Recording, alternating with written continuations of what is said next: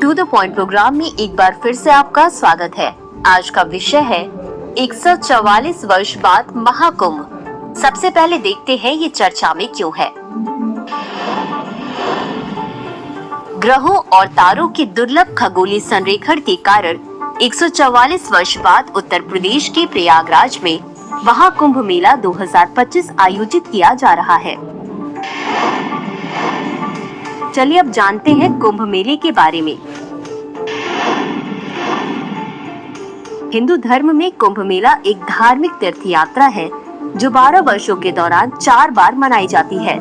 कुंभ मेले का भौगोलिक स्थान भारत में 4 स्थानों पर फैला हुआ है: प्रयागराज, हरिद्वार, उज्जैन और नासिक। इस वर्ष लाखों भक्त उत्तर प्रदेश के प्रयागराज में गंगा, यमुना और पौराणिक सरस्वती नदियों के त्रिवेणी संगम पर पवित्र डुबकी लगाने के लिए इकट्ठा होंगे। कुंभ मेले के 4 प्रकार हैं।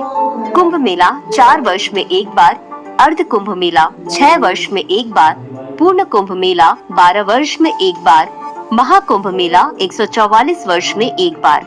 वर्ष 2017 में यूनेस्को द्वारा अमूर्त सांस्कृतिक विरासत के रूप में मान्यता प्राप्त कुंभ मेला बहुत ऐतिहासिक और सांस्कृतिक मूल्य रखता है। कुंभ मेले के भौगोलिक स्थान।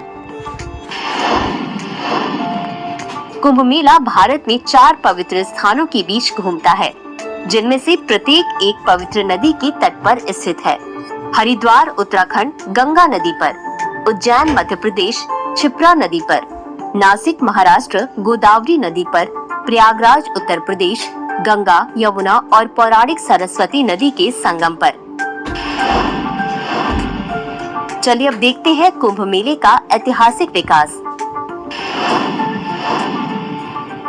आदि शंकराचार्य द्वारा रचित महाकुंभ मेला पुराणों से उत्पन्न हुआ है, जिसमें देवताओं और राक्षसों के बीच अमृत के पवित्र घड़े के लिए युद्ध का वर्णन है, जिसमें भगवान विष्णु इसे राक्षसों से बचाते हैं। मौर्य और गुप्त काल के दौरान कुंभ मेला भारतीय उपमहाद्वीप के तीर्थयात्रियों की छोटी सभाओं के रूप में शुरू हुआ।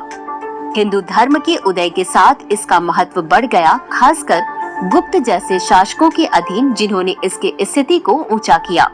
पुष्यभूति वंश के राजा हर्षवर्धन ने प्रयागराज में कुंभ मेले के आयोजन की शुरुआत की। मध्यकालीन संरक्षण। चोल और विजयनगर साम्राज्य, दिल्ली सल्तनत और मुगलों जैसे शाही राजवंशों द्वारा समर्थित।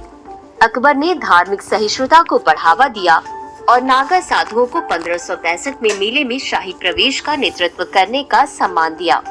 औपनिवेशिक काल। कुंभ मेले के पैमाने और विविधता से मोहित ब्रिटिश प्रशासकों ने उत्सव का अवलोकन किया और उसका दस्तावेजीकरण किया।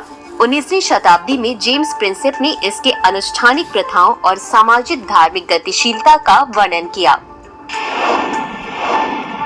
निष्कर्ष। वर्ष 2025 में महाकुंभ मेला एक ऐतिहासिक आयोजन होने का वादा करता है, जो पिछले संस्करणों की सफलता को आगे बढ़ाते हुए नवीन प्रगति को अपनाएगा।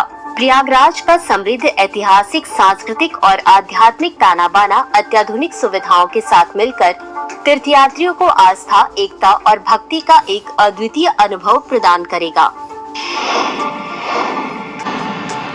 अंत में देखते हैं आज के अभ्यास प्रश्न को। 1. पुष्यभूति वंश के राजा हर्षवर्धन ने प्रयागराज में कुंभ मेले का आयोजन शुरू किया था। 2. यूनेस्को ने 2019 में कुंभ मेले को एक अमूर्त सांस्कृतिक विरासत के रूप में मान्यता दी। उपरोक्त दिए गए कथनों में से कौन सा सही है या सही है?